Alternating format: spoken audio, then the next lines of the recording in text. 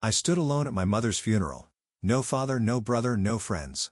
Just me and her coffin. When everyone left, a woman in black approached, whispered those words. What she handed me changed everything I thought knew about my mother. I stood alone beneath a sky the color of ash, my black dress clinging to my skin as the wind from the cemetery whipped through the trees. The priest's voice had faded. The mourners had gone, but the silence stayed thick and merciless. My mother's coffin was the only thing left between me and the world. No father, no brother, no one. Just me, Harper Dawson, and the woman who had loved me more than anyone else ever would. As I turned to leave, heels sinking into the wet ground, I heard soft footsteps behind me. A woman in black, her face veiled, stood just a few feet away. Her voice trembled when she spoke. "Your mother asked me to give you this," she said. "You'd need it when she was gone."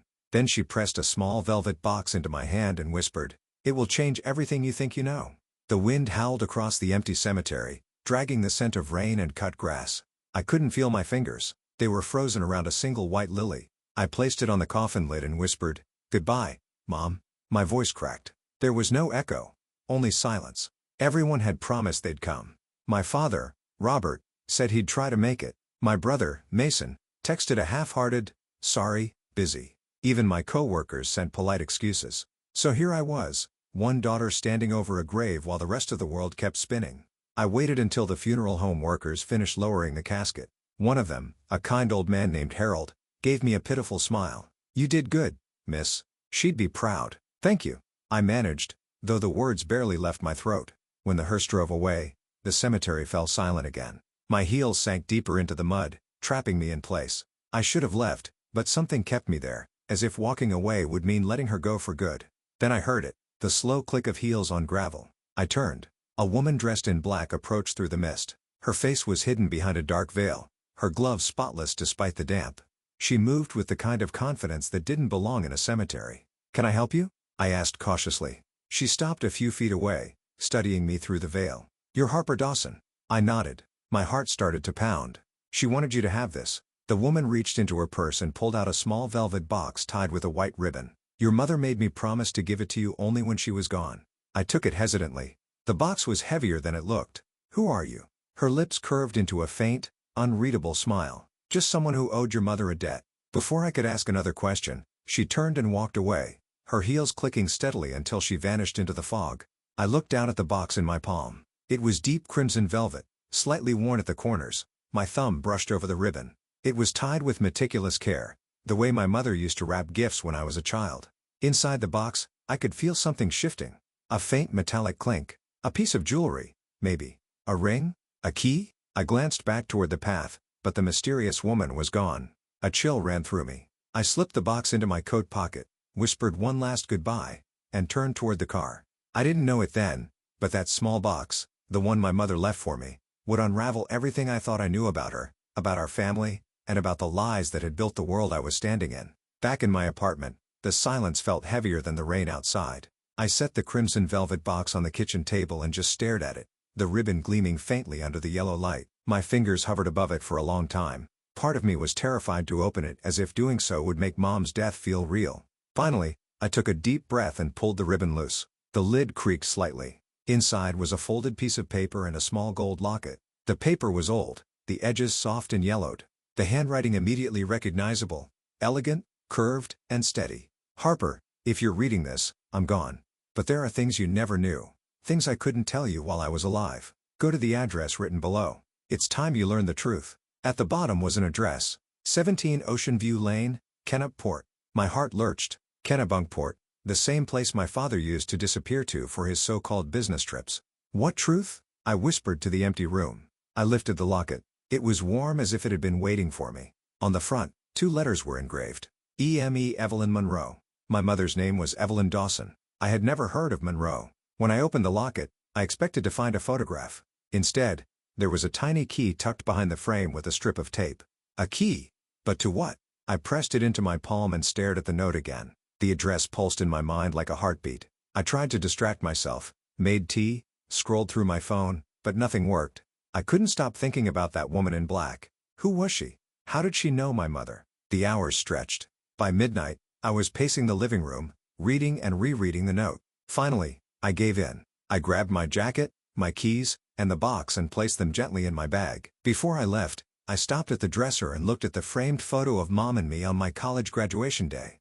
Her smile looked so calm, so proud, as if there were no secrets behind it. "Why didn't you just tell me, Mom?" I whispered. "What were you hiding?" Outside, the storm had quieted. The city lights flickered off the wet streets as I drove out of Portland. The highway stretched ahead, empty and dark, the sea wind growing colder the closer I got to Kabunkport. Whatever waited for me at that address, I had a feeling it wouldn't be closure. It would be a beginning, one my mother had planned long before her last breath. Kabunkport greeted me with fog and salt wind, the kind of quiet that makes you feel like you've stepped into someone else's dream. My GPS beeped once and went silent as I pulled onto a narrow road hugging the coastline.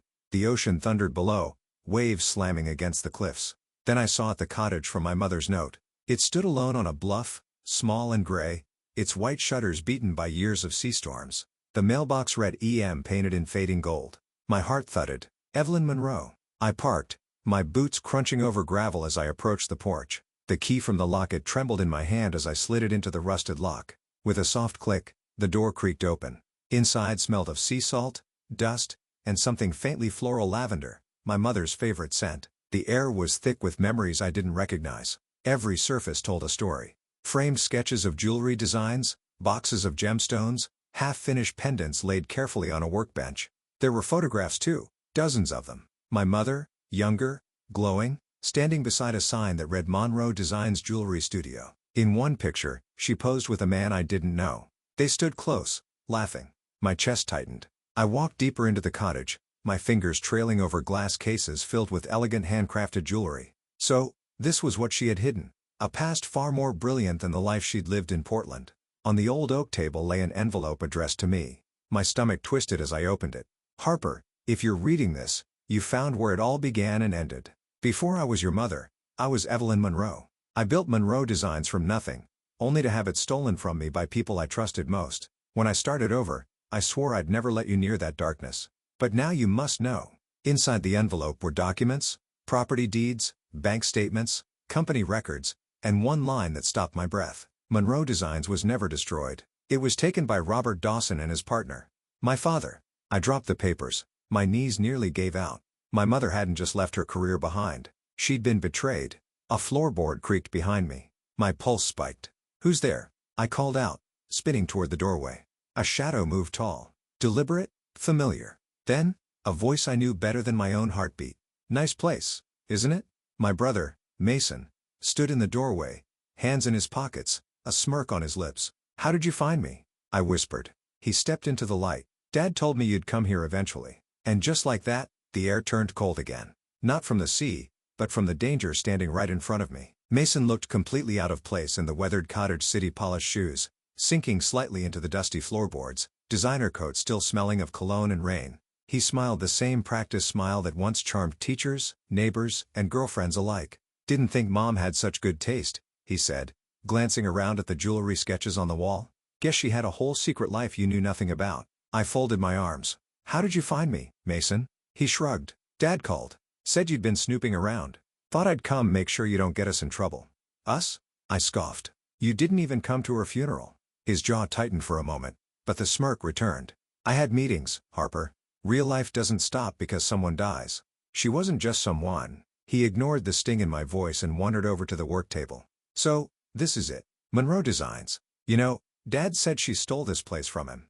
I froze. "That's a lie." Mason turned, resting his hands on the table's edge. "Is it because from where I'm standing, it looks like Mom built something using Dad's money, then ran off when he wanted his share?" My chest tightened. "She built this long before him. He took it, everything she had, every design she ever drew." He laughed under his breath, shaking his head. "God, you sound just like her. Always the victim. Dad tried to keep the family together. She's the one who left." "That's not true," I said, voice shaking now. "I read her letters. I saw the documents. She was betrayed, Mason, by both of them." "Then prove it," he snapped. "Otherwise, all this." He gestured to the jewelry. "The documents goes back where it belongs, to the Dawson family. Split 50-50. I stared at him, disgust mixing with disbelief. "You're unbelievable. She's barely in the ground and you're already dividing her ghosts." He stepped closer, lowering his voice until I could smell the whiskey on his breath. "Listen, Harper. You're not cut out for this kind of money. You'll screw it up and Dad will clean up after you like always. Something in me snapped. I pushed the papers toward him. You think you're entitled to everything just because you share a last name? She chose me. She trusted me. He leaned in. Smirk fading. Don't make me remind you who runs this family. Runs it. I laughed bitterly. You and Dad ran it straight into the ground.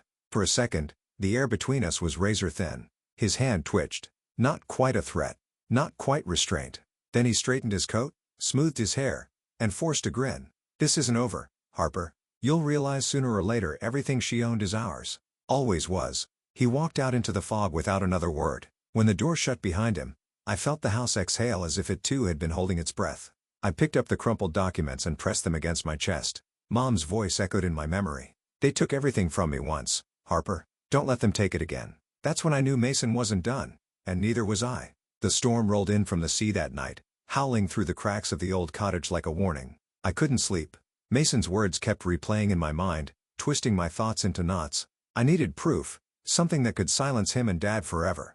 I tore through every drawer, every box, every inch of the cottage. I found receipts, sketches, contracts, but no confession, no letter explaining how it all went wrong. My flashlight flickered as thunder rattled the windows. Then, when I pulled open the bottom drawer of Mom's old dresser, the wood caught halfway jammed.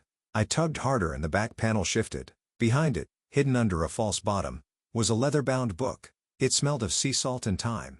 My mother's handwriting filled the first page. Neat, elegant, heartbreakingly familiar. If anyone ever finds this, it means the truth couldn't stay buried forever. My throat tightened as I flipped to the next page. Robert Dawson and I started Monroe Designs together. I created every piece, every design. But once the business grew, he changed. He and his partner forged documents, transferred ownership behind my back. When I confronted him, he said the company was his, that I was just the woman who polished the silver. My hands trembled. When I threatened to go public, he laughed. Then he locked me out of the accounts, left me with nothing. Pregnant, alone. I took my mother's last name, Monroe, and disappeared. I wanted Harper to grow up free from his shadow, but I always feared the day he'd find us. Somewhat conditioned, I slammed the diary shut, tears spilling before I realized it. The wind screamed outside, shaking the shutters. She had protected me from him from the empire he built on her stolen work. My phone buzzed on the table. Unknown number, I answered. Harper. Mason's voice. Calm. Too calm. Dad wants to meet. Says he can explain everything. I clenched my jaw.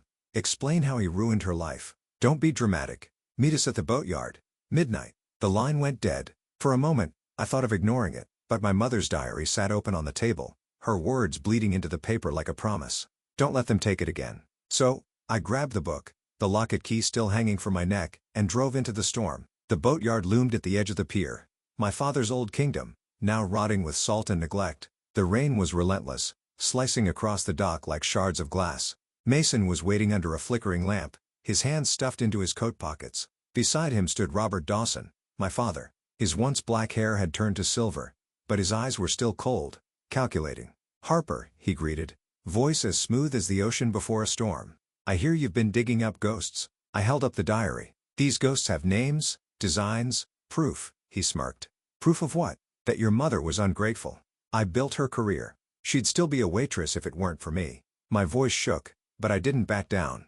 You stole everything she made. You left her with nothing. You destroyed her. She destroyed herself. He snapped. She chose pity over power. And now you're doing the same. Mason stepped forward. Dad, maybe we should quiet.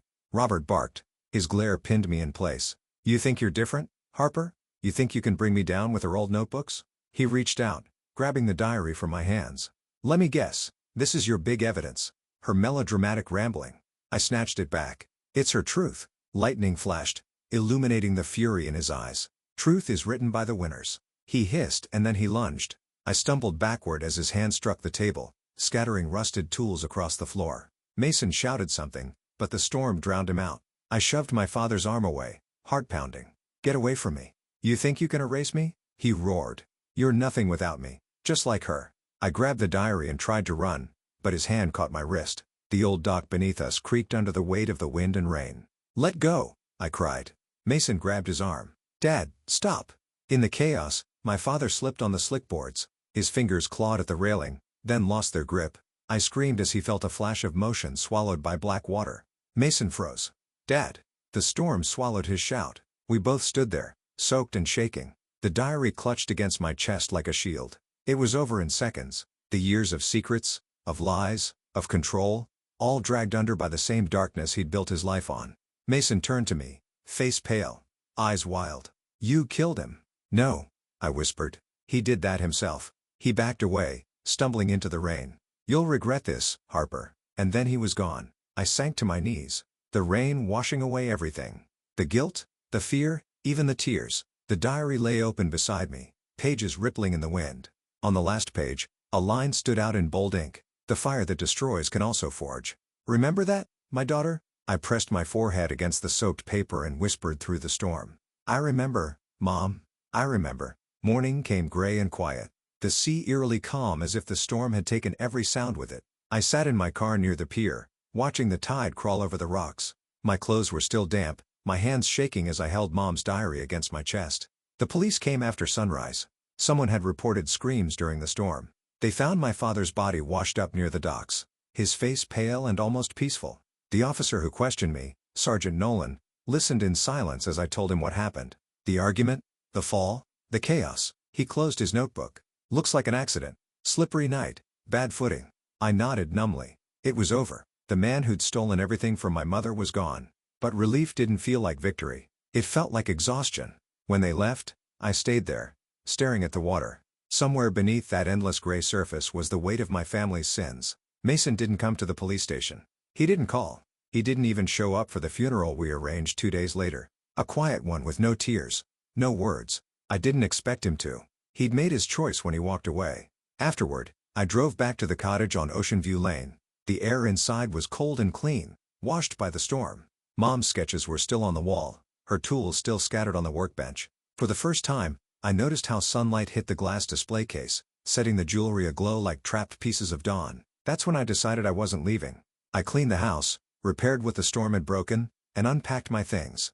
Mom had built beauty out of betrayal. I would do the same. Days passed in silence until one afternoon, I heard the soft click of heels on the porch. I froze, the door opened, and the woman in black stepped inside, the same one from the cemetery. This time, her veil was lifted. She had kind eyes, faintly lined with age, and a gentle smile. "You kept your promise," she said. I blinked. "Who are you?" She looked around the cottage, her gaze warm.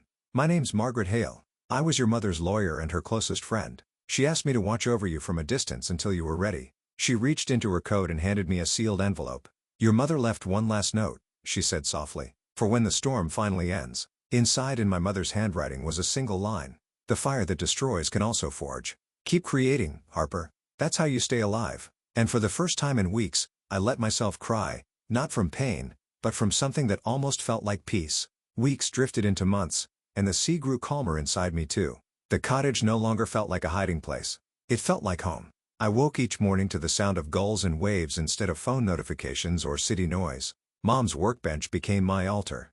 Her sketches, her unfinished rings, the scent of clay and polish, everything she'd left behind was a map leading me back to her. I reopened Monroe Designs under her original name, Evelyn Monroe Jewelry Studio. I didn't chase clients or money. I simply worked, crafting each piece by hand, just as she had. The first necklace I finished bore the initials EM in delicate engraving. When I placed it in the display case, sunlight hit the silver and filled the room with a quiet glow. Word spread faster than I expected. Locals stopped by, curious about the woman reviving the Monroe legacy. They asked questions, shared stories they'd heard about my mother, and soon orders started coming in, small at first, then steady. I hired help women who reminded me of Mom. A single mother named Tara, who'd lost her job at the diner. An older woman, Judith, whose husband had passed but still smiled like sunlight through rain. Together, we laughed, worked, and slowly brought life back to the place. One afternoon, as I was sorting invoices, a letter slid under the front door. No return address. I opened it carefully. "You won, sis. I'm out of the country. Don't look for me, Mason." I read it twice. The ink was smudged, hurried. No apology. No regret. Just surrender. I folded the letter and slipped it into the diary beside my mother's last words. Then I locked it in the drawer, the same one where she had once hidden her pain. Outside, the sun dipped low, scattering gold over the waves. I stood on the porch, hands in my pockets, breathing in the scent of salt and lavender. For the first time in a long while, I didn't feel haunted by the past. I felt anchored. Mom had built her legacy out of fire. I would keep it burning, not for revenge, but for rebirth. It's been a year since the night the storm took my father, and with him the last shadow of the life I thought I knew. The cottage now hums with quiet rhythm. The whir of tools, the laughter of women shaping beauty out of metal and memory. The world calls it Monroe Designs Reborn, but to me it's simply home. Every piece we make carries part of her. The curve of a pendant like her smile, the shimmer of a ring like sunlight on her hair. I keep the gold locket on my neck, the one that once held the key. Inside it now rests a folded note that I wrote myself. Keep creating, Harper, that's how you stay alive. Sometimes I walk to the cemetery by the sea, a single lily in my hand. Her grave overlooks the water. The same waves that once stole so much from us but also gave us back our strength. I sit there for hours talking to her softly about the women in the workshop, about how her designs live again, and how people finally speak her name with respect. I found everything you tried to protect me from, I whisper. And I understand why you hid it. You didn't want me to carry your pain. But now I see it wasn't pain you left me. It was purpose. The wind always answers, lifting the edge of my hair, brushing my cheek like a mother's touch. When I walk back toward the cottage, the horizon is gold with evening light. The fire in the kiln glows through the windows, steady and alive. Mom once wrote, "The fire that destroys can also forge." Now I finally know what she meant. She didn't leave me an inheritance. She left me a flame, and I'll keep it burning for her, for me, and for every woman who's ever had to rebuild from ashes.